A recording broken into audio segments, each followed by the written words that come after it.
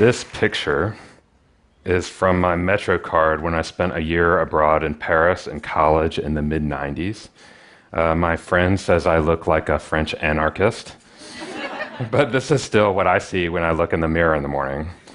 Within a month of living in Paris, I'd lost 15 pounds, and I was in the best shape of my life because I was eating fresh food and I was walking wherever I went.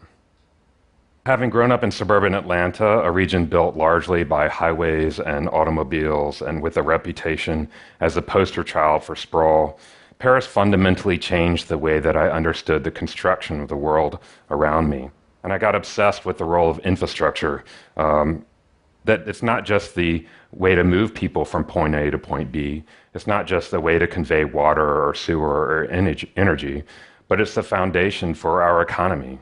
It's the foundation for our social life and for our culture, and it really matters to the way that we live.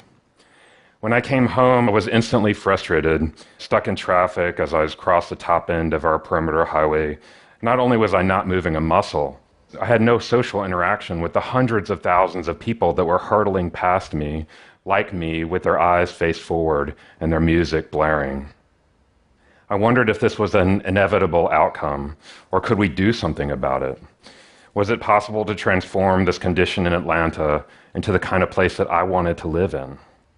I went back to grad school in architecture and city planning, developed those interests in infrastructure, and in 1999 came up with an idea for my thesis project: the adaptation of an obsolete loop of old railroads circling downtown as a new infrastructure for urban revitalization.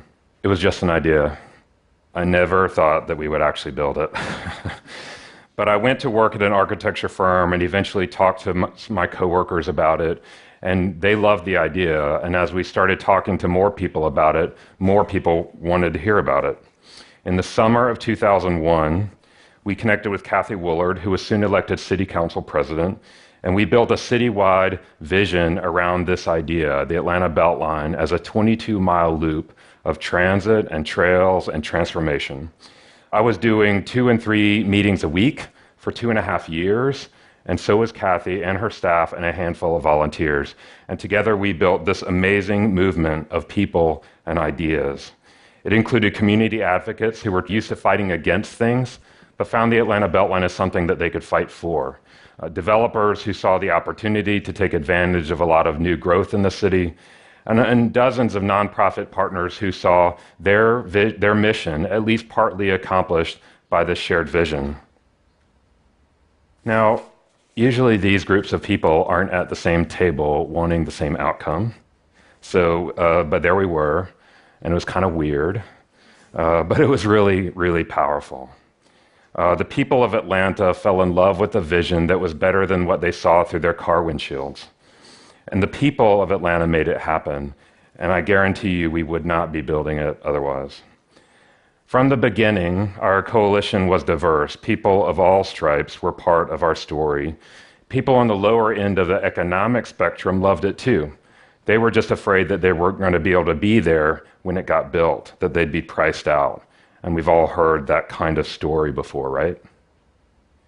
But we promised that the Atlanta Beltline would be different. And people took ownership of the idea, and they made it better than anything we ever imagined in the beginning, including significant subsidies for housing, new parks, art, arboretum, a list that continues to grow. And we put in place the organizations and agencies that were required to make it happen. And importantly, it is. Now we're in the early stages of implementation, and it's working. And the first mainline section of trail was opened in 2012, and it's already generated over $3 billion of private sector investment. But it's not only changing the physical form of the city, it's changing the way that we think about the city and what our expectations are for living there. About a month ago, I had to take my kids with me to the grocery store, and they were complaining about it because they didn't want to get in the car. And they were saying, "Dad, if we have to go, can we at least ride our bikes?" And I said, "Of course we can. That's what people in Atlanta do. We ride our bikes to the grocery store." Now, thank you, yeah. Now, they don't know how ridiculous that is, but I do. And I also understand that their expectations for Atlanta are really powerful. This kind of transformation is exactly like sprawl in the last century, the movement where our investment in highways and automobiles fundamentally changed American life. That wasn't some grand conspiracy. There were conspiracies within it, of course. But it was a cultural momentum. It was millions of people making millions of decisions over an extended period of time that fundamentally changed not only the way that we build cities, but it changed our expectations for our lives. These changes were the foundations for urban sprawl. We didn't call it sprawl at that time, we called it the future. And it was. And we got all the highways and strip malls and cul-de-sacs we wanted. It was a radical transformation, but it was built by a cultural momentum. So it's important to not separate the physical construction of the places we live from other things that are happening at that time. At that time, in the second half of the last century, science was curing disease and lifting us to the moon. And the sexual revolution was breaking down barriers, and the civil rights movement began its march toward the fulfillment of our nation's promise.